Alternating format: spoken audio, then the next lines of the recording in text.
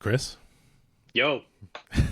thank you for meeting me today once again. This is X is like the source of my like podcast guests, Hmm. and that's how you and I have met. Right, I've just been seeing you post a lot of interesting stuff.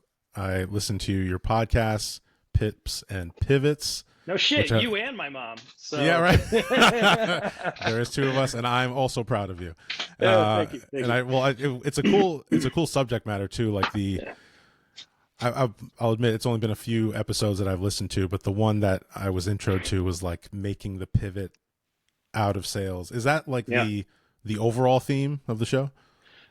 That's part of it. So it's really just like a career focused podcast specific to sales. So, Hmm. how to advance and grow your career. If you're interested in like getting out of sales, like I talk a little bit about that because I was an account executive for over 10 years and then I pivoted out of sales successfully. So, and like once I did that, I had a bunch of people come out of the woodwork like, "Yo, I want to do that same thing. Get me the fuck out of here." Yeah. So it's a topic, and then just like all the stuff that sales reps have to put up with that like people in roles like accounting and HR and normal jobs don't have to Right. put up with, kind of the mental game and the quota and the bullshit and the pipeline reviews and all that stuff. So kind of touches on all those things. Nice. Yeah. My wife's an accountant and highly valued by her company. Very good company, and the stress that she's under is like a different kind of like task overwhelm, Yeah. where level of stress when I was working for a company was more like just the mental game. Yeah. And the what I learned was that it was just I'm just not employable, I guess. So working for myself is, this is a terrible thing to say, but it's the truth. Like, I'm just not a Yeah. great rule follower. If I set the rules for myself, things are great, right? And I Yeah. deliver for my clients. They're happy. I'm happy. There's the freedom. I like the other side of the coin, like the pressure to perform. I kind of need that, to be perfectly honest. The Uh, salary, if it's too comfortable, I get comfortable, and oh, it's just interesting. I don't like that. So I was actually I guess maybe in a similar place in that I was thinking to myself, maybe I just don't want to sell anymore. Yeah. But it was more. I think it was more just that the what feels like maybe Just kind of just being follow. forced through processes and bullshit and Yeah. stuff like that. Yeah. Yes. Exactly. Yeah. So the reason why I wanted to have you on the show and talk to you was this. You're sober. You have Yep. been for a while, and you have Yeah. an interesting story that you've been candid about. And I just, I saw you post something. Maybe did you celebrate some sort of Yeah. like an I anniversary? yeah, I celebrated 16 years, and usually like it's something I used to keep like really close to the vest. I never used to share that. I was always very like just apprehensive of really sharing anything personal, both Yeah. at work and with my network. But I found over time that that's just kind of exhausting when you're trying to like, play a part from 9 to 5. And so Yeah. I was like, fuck it. And yeah, one day I posted about, a sobriety birthday, and like, I just got all this feedback, and more than anything, like I got people into my DMs, like, Yeah. talking about how they were struggling and they were trying to get it together. They had family members. And so I realized like it's kind of, it's like a helpful thing for people to see because, you and I were talking before we started recording, but in sales, just the nature of a sales rep where like you're very competitive, you're kind of this hard charger, you have this energy about you. And it's like, you know, what happens at 5 o'clock when you're done chasing people? It's like you got to put the fire out somehow. So, Hmm. sales reps just tend to gravitate towards, substances and alcohol and all that stuff. So it's yeah, there's like when I post that stuff, a lot of people, like I said, they relate to it. So it's useful. Yeah. I mean, this is the idea behind Rizz Dev. I always bring it up. I've beaten this idea of Rizz into like a bloody pulp, just the dad joke of all dad jokes. But it this is something that is that our Gen Z. This is terrible. This is very boomerish of me to talk in terms of generations, but this is a very like young idea of the Rizz and like streamer culture and all this, but they're touching on something that is maybe they don't even know it, but just this is a powerful idea of the stories of other human beings. You have an inner life, like it's the best thing you could do is share what you're struggling with, right? Even though it's because we live in a society where it's like, you know, people are sharing the wins, which is awesome. We want to celebrate wins with you, but it's easy to think that nobody ever loses or has mistakes or does anything wrong. Yeah. And so I guess my first question is regarding your sobriety and then pips and pivots. Did that play a role into it? Like, were you just like, dude, I can't? No, so I got sober, like I said, 16 years ago. So it was even a couple years before I even got into sales. And then Pips and Pivots, the podcast, that was just it was actually someone I used to work with. His name's Jesse Woodbury, and he has a podcast called Sales Players, or the Sales Players podcast. It's pretty cool. He's on Twitter. I don't call it X ever. But like, fuck Elon, right? But I went on his podcast a couple of times, and he was always like, dude, why don't you have a podcast? It's like, and I'm like, oh man, I got microphones and all this stuff. Like, I just don't have time. And he's like, no, you'd be perfect. Like, just think about the stuff you post on LinkedIn, and then you can just talk about that for 10 minutes. You don't even need like a camera set up. You could just record it on your phone on Spotify. And like, someone had a term for it the other day. I forget what it was, but basically like, I just get real curious about stuff, and then it's like, oh shit, I want to try that and go do it. So it's like podcasts, newsletters, different e-commerce businesses. Like, it's like, okay, I'll just try it, and I'll do it really like kind of like bootleggy and real small scale, just to like understand how the process works. So that's how the podcast started. It was just like, I was curious about it, and someone thought I'd be good at it, which, you know, flattery, get me to do anything. But it was cool. And that was more about like just the sort of the mindset piece of sales, and but also career stuff. So like, one of the things I found, I know I'm going on a tangent here, but one of the things I found when I got out of sales, I pivoted out of sales, was that a lot of sales reps, they just have no clue what they're doing from a career strategy standpoint. Like, because people were coming out of the woodwork saying, hey, I want help getting out of sales too, or like, I don't know what I'm doing in my career. You have a great resume. Like, how'd you even think to do that? And for me, like, all these things I did were pretty intuitive, but I realize it's not so much for other people. So Pips and Pivots is like a channel for me to kind of get some of that information out there to help people in their, you know, careers and with the mindset stuff around sales. That's awesome. Yeah, I am someone who, I don't know if this is true of you, but sales kind of found me.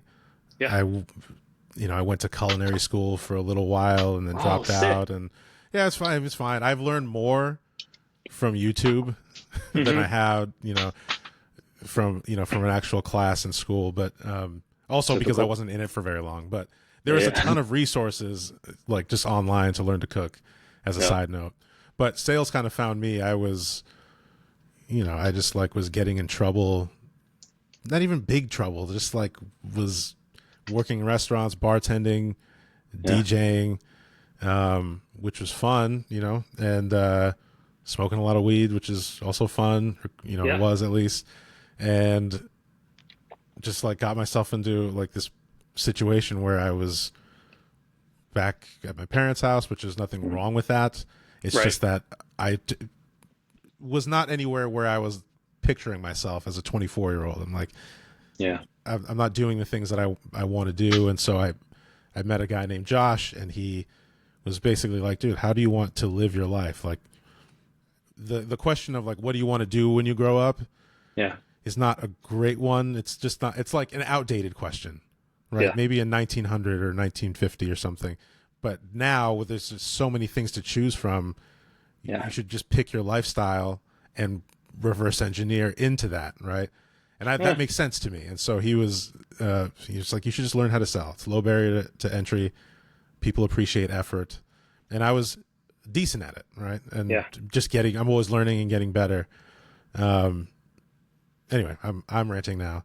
No, no, that's a great way to think about it too. Like, what do you want your life to look like? And then, find a vocation based on that. I haven't thought about it that way. That's a good angle to take, though. It made sense to me, and now that I have I Yeah, have 3 boys now, this is like a integral little piece of information for me, because that actually, this is, speaking of pivots, this is where I was like, okay, I do need to change things. And selling, I'm grateful that it found me where I was at, and just the teacher yeah, appeared, the student, I was ready to learn how to do this. yeah, But I have had very like frustrating parts in my career where I was just like, I don't know if I'm made for this. Maybe I should sure. change gears, right? So that's where I feel like what you're talking about is extremely valuable. Yeah. Well, everyone who's been in sales, like no matter what bullshit you see on LinkedIn where, oh, I've been to President's Club, 5 times and I'm always crushing quota. It's like those people are fucking weirdos.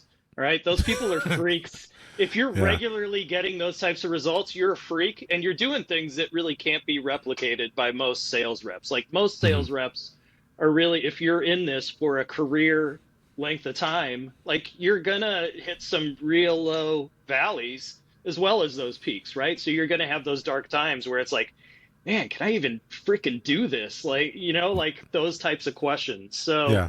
yeah, that's kind of like the stuff that I like talking about, like the vulnerable times, the losses, because if and this happens with a lot of people. If you're just like on LinkedIn and you're just looking at people's highlight reels and you're at like consistently at like 70% every month and you're having to bust your ass to get there, you're just like you're in a pity party. You're like, man, I Yeah. suck and Yeah. I probably can't do this. I should just go and work at the post office like my mom said. Like, you Yeah. know? Well, you are describing me, because I am a like,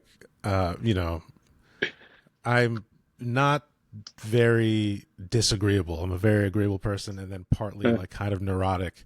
And I mean this in like the, big five psychological sense. Not that I'm a crazy person. It's just that I'm sensitive, right? And yeah. I'll go online and get jealous of people. Like I deleted my Instagram. I'm like, everybody's better than me. Let me just get rid of this. And then Yeah. same with LinkedIn. I kind of have to do this kind of post and ghost thing. Not that Uh, it's not like I've got followers and anybody cares, but if I scroll enough, I find myself getting very introspective and being like, why aren't I there? no, no, You know, that's shitty.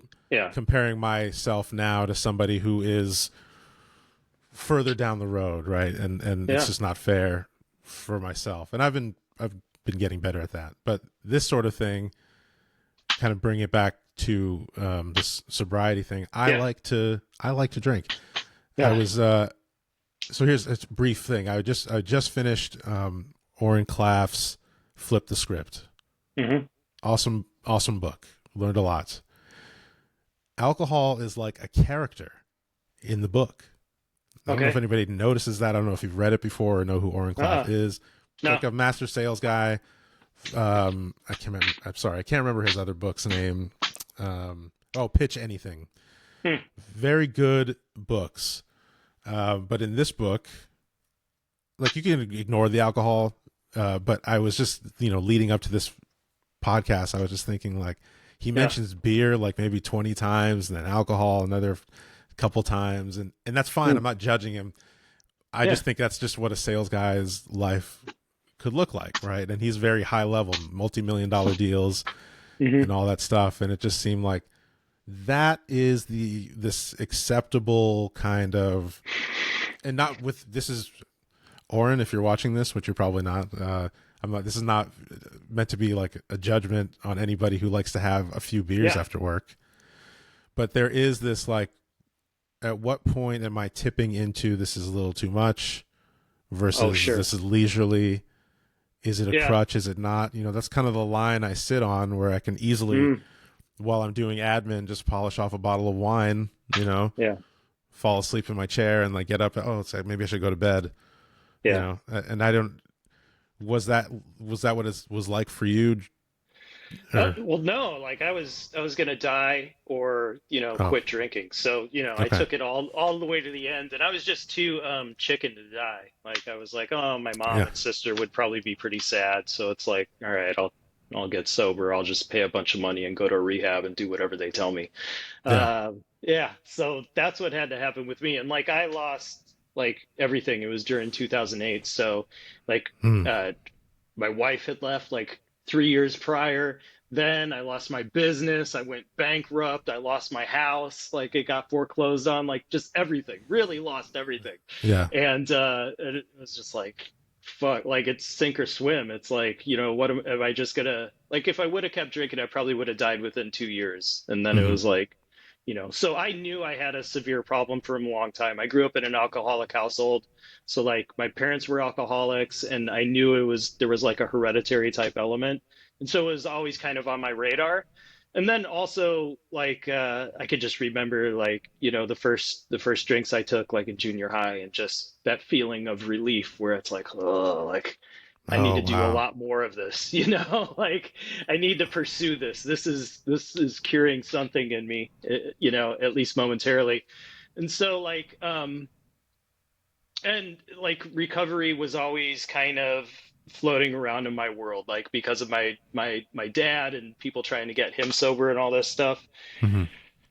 So it wasn't something that was like foreign to me, where it was, so I'll say this though, as far as like, what's the tipping point? When do you know when it's a problem and when you should stop? Like it's different for everyone. When I first got sober for the first 5 years, I was hardcore into AA and going to AA meetings, which Hmm.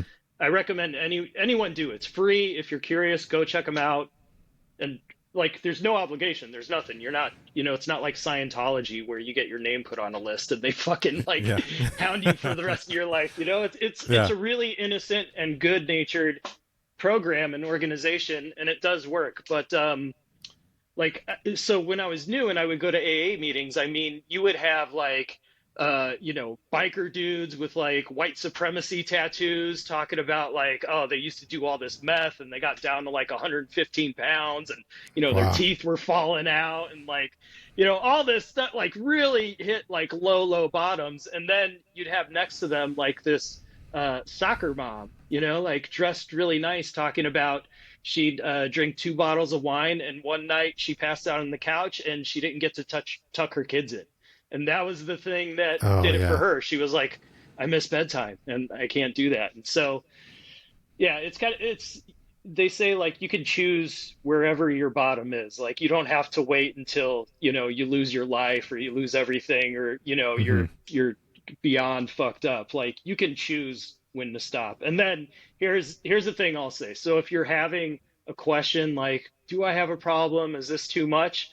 Like that should be kind of like a gray flag for you. Like not a Yeah. red flag. Like I'm not gonna diagnose people, but that should be like if you're having those types of questions, that should like you should get really curious about that and just kind of Hmm. pause and really like do some introspection and maybe like just figure it out and be like, let me write down all the ways this is affecting me, like health, relationships, money, like all the ways that this is having an effect on me, to see like, am I just being paranoid, or should I Yeah. really like put something in place to get this under wraps?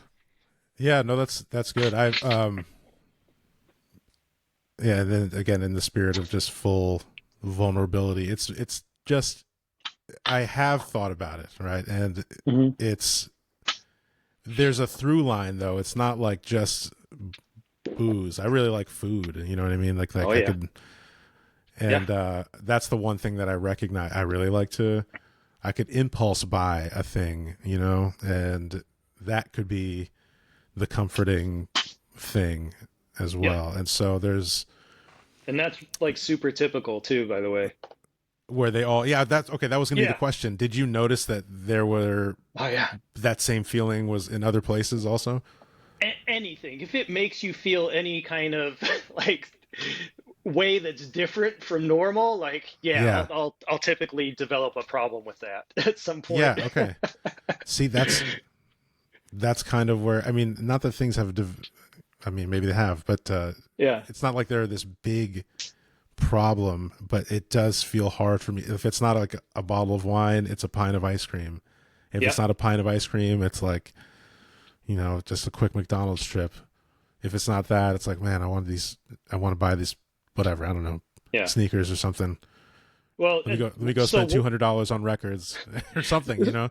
well, and so one, like, don't beat yourself up about that, right? Because that starts a like a cyclical kind of spiral where it's like, oh, now I feel ashamed about it, so I have to self-medicate with like, buying something, eating something, maybe, having some romantic relationships with something like, all those things become very unhealthy. But it's like, so like, just realize you're a human and, this is part of being a human. But like, I don't know if you're in therapy or anything. And like, I just think everyone should go to therapy at least a little bit and talk about these things with professionals that talk to people about these things nonstop. And Hmm.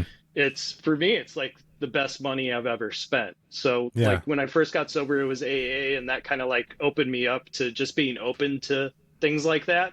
And then once I stopped going to AA, like then I started getting into therapy really, really heavily, and like just going all the way back through my history and trying to figure out, well, like, why do I feel like so amped up and anxious all the time, whereas I need to, self-medicate with, alcohol, food, experiences, like whatever it is to Hmm. feel a different way.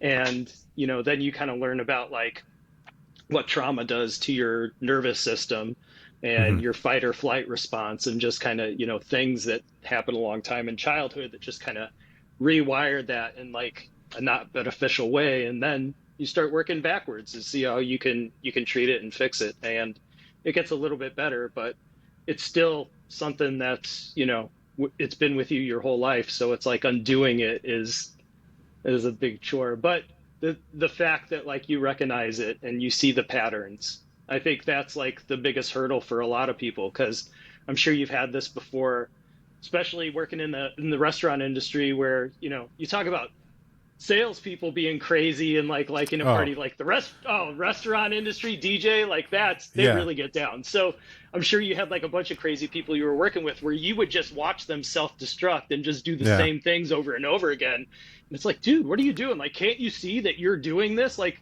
a predictable thing's going to happen and you keep doing it and you're going to complain about it. And it's like, yeah, so you already Yeah. recognize that, so you're on your way. In that regard, it was basically a lateral move, like going from bartending to selling. Like, oh, this is great. These guys are cool. Yeah, yeah. Let's call it a smoke break, whatever. Like it's yeah. It was yeah. This is all very. This is. I appreciate you sharing that. When did you start selling? Like, so when did you were like, okay, I'm gonna get myself out of this mess. You came out of Yeah. rehab. How did you get into selling? I came out of rehab, and then I was a contractor for like the first 12 years of my professional life. That went out of business. So it was like this period of a year and a half where I was going out of business and then just trying to scrape money together. So I worked as a process server, like, Hmm. Pineapple Express, like Oh deliver the yeah. papers and be like, here, you've been served. Like I did that for a year and a half, just because it was like so easy to do. There was no barrier of entry, and I didn't have any really like marketable skills. Like you think running a small business for 12 years, you do everything and you learn everything, and you think like a corporation would look at that experience and find it valuable and plug you in somewhere. But that's not the case. They just look at you as someone who's never had a job. So Oh I yeah. did this. I was just biding my time. I was like, um, giving summonses to people, driving all around San Diego County, and just thinking about what the fuck do I want to do. And then that started drying up. So like I wasn't making enough money to survive. I was living in a really shitty neighborhood in an apartment with a popcorn ceiling that I couldn't even keep the lights on in that place. Like every month I would have to decide which utility would get shut off. And Been I there. was losing weight because like I wasn't eating. Like my wife says, I loved you even in your spaghetti sauce tacos day. And it was because I had this 3 week period where it was between paychecks, and the only food I had this big tub of frozen spaghetti meat sauce in the freezer. And then I had this stack of corn tortillas, like a big jumbo pack. And I Yeah. just ate spaghetti sauce tacos for 3 weeks. Wow. Yeah. And so, long story short, I was like, I got to do something. So I was 34 years old. I'd never had like a job working for someone else. And I was like, well, it'd be great to work for an actual, like in an office building, with like benefits and 401k and paid vacation days and all that stuff. So I had to have my mommy help me put a resume together because I didn't know how. And then I just went on Craigslist, because it was that low level, like Hmm. below entry level, like entry levels here. And I'm like in the basement, trying to break in there. And I went to this place and I thought I was going to have an interview, like a normal interview. And so I had like, shirt and tie, resume on nice paper, all that stuff. And it was just the CEO with like 30 people around him. And there was all these boxes around. They were moving into an office, like that was their first day moving in. And the office was on the third story of a Hooters. And he was like, "Look, this is what we do. We call businesses that have really bad reviews on Google, and we offer to help them improve their reviews. And we offer a service that does that." And he's like, "If you're interested, just leave your resume on that box and we'll call you." And that was the whole meeting. And I was like, but I heard that. And as a small business owner, I remember setting up that Google business listing and being Yeah. like, fuck, because you have one nightmare client every quarter that like they really need to be on medicine. They're crazy and like they take it Right. out on you. So Yeah. I'm like, this could be dangerous. And so, yeah, I heard that. I heard his pitch and I was like, I get it. I think I could talk to people and talk them into buying this because I believe in it. So that was the thing. And also in my previous work, like the sales aspect was the area where I felt most competent. Like I never had any formal training, but I just felt good at it. I felt like I did a good job. People told me I did a good job at it. And so I was like, yeah, I'm going to give sales a shot. And that's how it started. That's how the decision was made. That's awesome. Yeah. Yeah. My first sales job was a selling remanufactured printer toner. And Nice. yeah, I'm familiar. yeah, exactly. And I was doing fine, and I just kind of like put my DJ hat on. I was like, I know that if I want to DJ at a specific size club, I need to actually go in and talk to them, right? If I only ask the little bars, they rarely have money. While it's a Yeah. lot of fun, those are the easiest gigs to get. Maybe I should try going to bigger businesses. And so I just like walked into a school, told them what I did, and they were like, "Well, we just buy from Staples or something like that. Uh-huh. And there's a bunch of printers everywhere. You don't want to walk around and map it all out." I was like, I could totally do that right now. And Yeah. I did it, and it just like got this sale that for me was, I think it was like, I don't know, $3,000 a quarter or something of, for buying all this toner, and Yeah. then I get a small piece of it, and it was just this cool thing, and I could bring that story with me, and I brought it to, when I wanted to get a new job, I started walking around and finding all the copier places and brought my resume into a Xerox.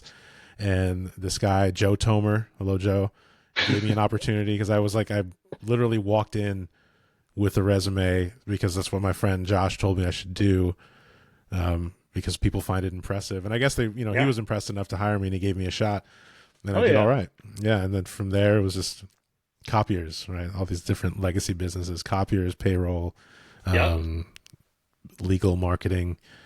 So, so you worked your way up from there, and then I know so like how did you get? So you started working at HubSpot at some point, right? Yeah, that's where I finished at. Okay, so Yeah. the challenge that I had, I mean, I guess not that I'm trying to get SaaS jobs, but because I worked in these kind of legacy type businesses selling Mm. copiers, the resume wasn't, I guess in my view, maybe sexy enough to like for me to get a job at a HubSpot. It was always like, well, you don't have any SaaS experience. And it's like, well, I have Yeah. the fundamentals. Like I would literally go door to door, business to business, get the info, talk to people. I'm doing the whole sales cycle. You mean I can't, Yeah. just cold No, call for you? Really? it's ridiculous. Yeah. Yeah, for me it was kind of a slow climb. So, in that job, I got promoted to manager after 3 months with no Nice. sales experience. And you want to talk about like a sobriety, tying sobriety into that. So, everyone working there was fucked up. Like you had people coming back from their lunch break just fucking Yeah. twacked out of their mind on whatever. We had this old lady, Julie Hunter. You can leave her name in because she's a bitch and I don't like her. But this old drunk lady, Julie Hunter, Sorry, she Julie. would get she would get fucking tanked on her lunch break. It was all these people that were previously like selling mortgages, they were realtors, they were from that world that kind of got, you know, just shut out in Oh, 2008. So she was like a yeah. really high level mortgage person that was used to making a lot of money. She was great on the phones, but she would get blackout drunk like almost on a daily basis. But Oh boy. the thing about this job, it was commission only. And so like if you could have someone that would come and actually make sales, you would let them hang around no matter what. So we have all these degenerates, right? And I use that term lovingly because I am also a degenerate, right? But I'm a sober one. And they just looked at me and they were like, all right, this guy, like, he shows up 10 minutes early. He takes a 30-minute break at his desk for lunch, and then he leaves right at 5:01. He doesn't participate in any of like the after work happy hour shenanigans. He doesn't come back from lunch all fucked up, and he's crushing it in sales. So I was like pretty immediately like just crushing sales records. I figured it Nice. out somehow. And so they gave me the manager role. And so, okay, boom, individual contributor, manager. The manager role was a player coach role. So this was a boiler room. So it was like, you'd call a car dealership, you'd ask for the owner or the GM, you'd get them on the phone, you'd be like, hey, I was just calling you because I noticed you had some interesting reviews on Google. Let me get our auto specialist Chris on the phone. He's in the office next to me, and he can show you a little bit more what we're talking about and how we can help. And then they wouldn't even mute the phone. They just hold it to their chest and go, "To Chris, to turnover," and then Yeah. I'd have to come and try to close it on the first call. Did that for 3 years, and the turning point was like I was super burned out in that job, and I hated it because it was a really hard job, and you're just gonna get burned out, and you're gonna hate it because it really sucked. Yeah.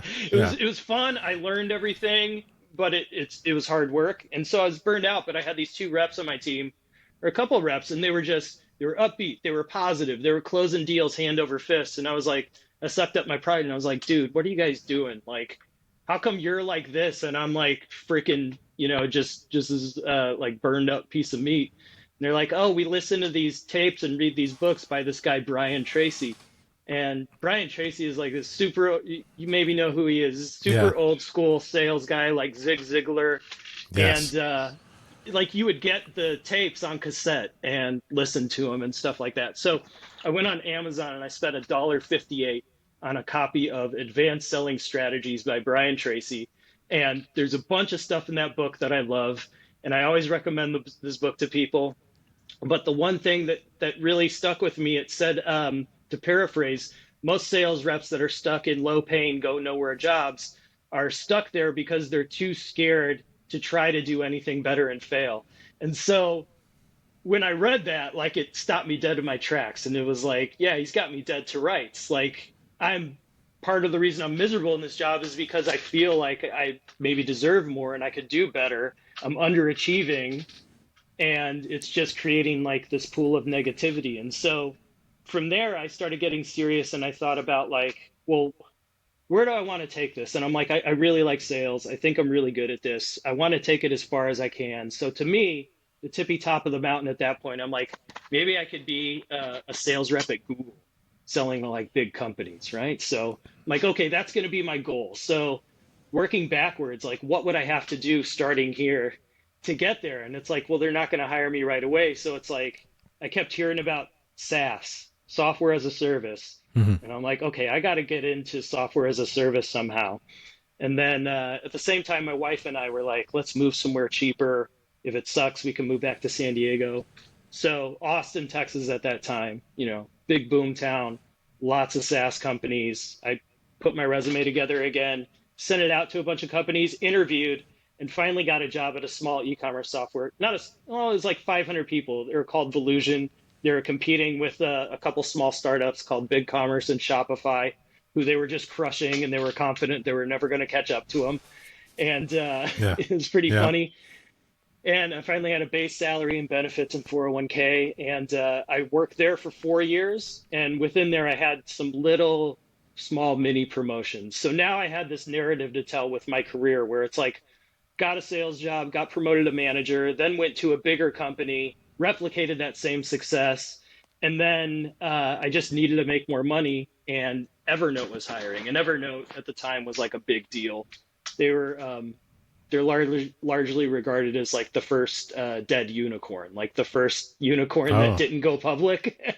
Just oh, kind of a interesting. shitty thing. Yeah, but it was like everyone in tech used Evernote for note taking, so it was like a Hmm. really well-known brand. And so I was like, okay, I'm trying to grow a career in tech. Everyone in tech uses Evernote. I use Evernote. I love it. They're going to pay me more money. So they're hiring SMBAEs. They're building a business platform that's going to be like, a brand new thing. So I went to work there as an SMBAE, and um, here's what happened in the job interview. So you may have gone through this as well, but the VP of sales, he gave me this pitch, and he's like, "Well, we're building this business platform. We have so much demand for it, Chris. We can't keep up with the leads. We can't call all these people. We need to hire more reps. We just volume. We can't handle the volume of leads." And so, of course, the first day of work, you realize there's no leads, and it's going to Yeah. be all outbound, right? And Yeah. so I started going outbound, and the other reps that were there, they were like, "Screw it, we're just going to work the 2 to 3 inbound leads we get, and then play ping pong for 8 hours a day." But I just can't do that. Like I can't goof off at work, and so I was like, all right, I'm going to go outbound on all these companies. And then I'm like, well, why don't I just call huge companies, right? And so they loved that I was starting to call these huge companies and close what was for them like really big deals with marquee logos. And they're like, hey, we're going to hire an enterprise rep. We want someone with experience in enterprise there, but we want to promote you into a mid-market position. And so like this was kind of a turning point because I love SMB. I didn't really want to leave SMB, but I was still thinking about Google, far in the distance. And I was like, well, mid market is one step closer there. So then I got the mid market role. Obviously, that sucked because it was like the platform. There was no product market fit. Like no one, they were building something no one asked for, and they were doing a Yeah. bad job of building it. And a colleague from the e-commerce company landed at Outreach, and she reached out to me, and she's like, we're looking for more AEs in Austin. Have you ever heard of Outreach? And I was like, you kidding me? Like, I love Outreach. Like, I've always been a big, like sales tech nerd. Like I've always Yeah. loved sales technology and love that stuff. So I was a big fan and interviewed there, got the job, worked there for a year and a half, selling to exclusively to sales leadership, which I found that like I loved more than anything else. Just talking to VPs of sales at mid-market companies all day and learning about what they do and all the problems with that with their day-to-day work. It was awesome and helping them solve those problems. Then they said, well, we're going to pull everyone out of the field. We want you to come work in either Seattle or San Francisco. I was like, I don't want it. I just bought a house 4 months ago, man. Like, Oh, yeah. yeah, so screw it. So then we parted ways. And then that's when I went to work at HubSpot. And then I was only at HubSpot for like 10 months. And then I was totally burned out.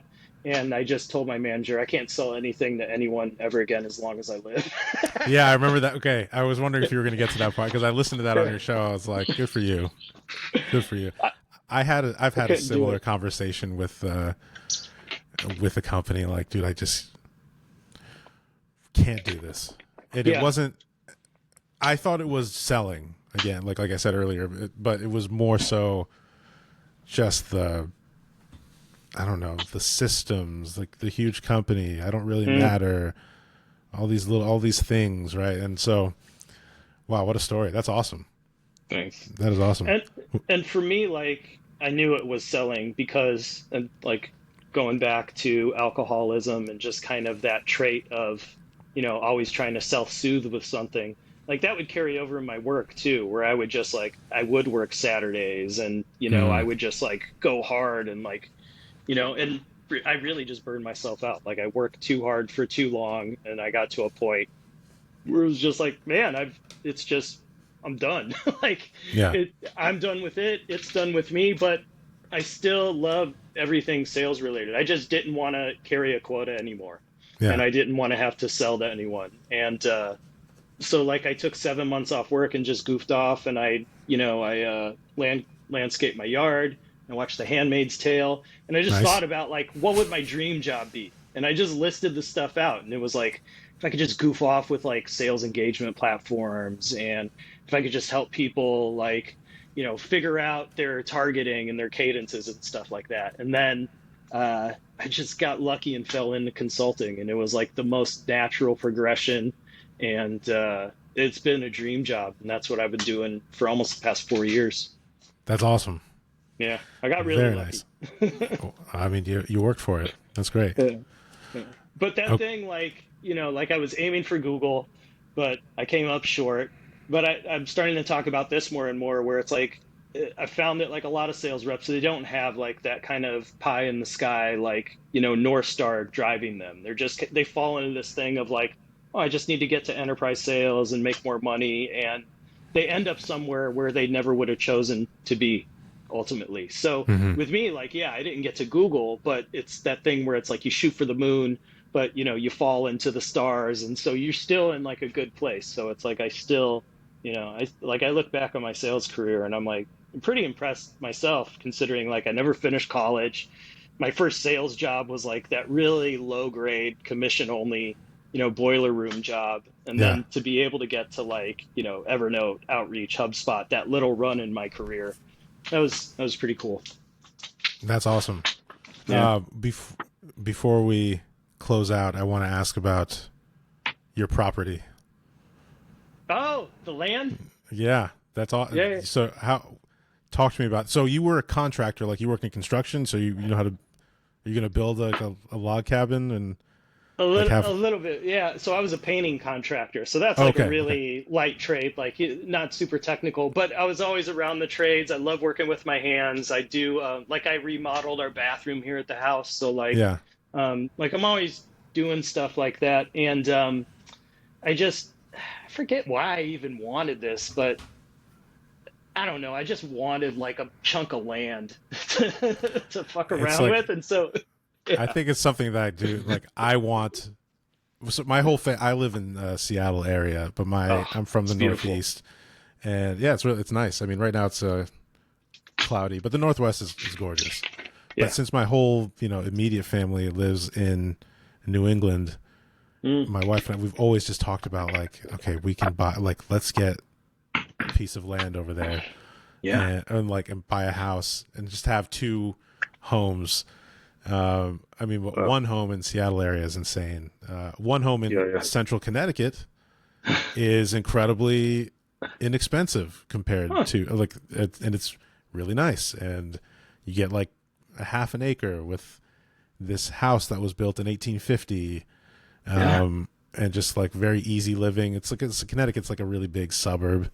Basically, there's Yeah. not a It's a lot to small write about state. there. But that's why, yeah. Anyway, that's why I wanted to hear about your kind of little getaway spot. Is that the plan for your place? It's just gonna be like a goof off spot, like basically for like glamping, I guess, Oh, that's like great. half of the year. Yeah, it's Yeah, like 7 hours from here, and my vision was like just to have some place really remote, really quiet, where we could just like for holiday weeks, like Christmas and Thanksgiving, just go and spend a week and just chill out and hike and do whatever. So build a um, yurt. yeah, build a yurt, whatever. So I'm basically building a shed. It's a shed that's going to have insulation, and that's it. There's not going to be electricity or plumbing. I'm going to build an outhouse, and it's Oh, that's just all you need. yeah, just go out there. The summertime, it's you can't be out there, but 6 months out of the year, it's really nice, and you can go and play around. So I'm actually leaving Friday to go out there, and I'll have another video about it probably. Sweet. Well, Yeah, thanks. thank you for sharing that, Yeah, and thank you for your time and sharing your story. I hope that I will be thinking about this, and I've been thinking about it this whole time. But just my relationship with all the things that you know give me comfort, where it's like yeah. misplaced. So I appreciate your time today, Chris. Yeah, no, thank you. And like I said before, like just seeing as like you're aware and curious about those things, you're on the right track. So this was fun. Good luck with the podcast and everything. And yeah, it's been great getting to know you. Likewise. Oh, we'll chat again. We'll definitely All chat right, again. man. If you'll come back, I'd love to have you. Totally. All right, man. All right, thank you. No problem.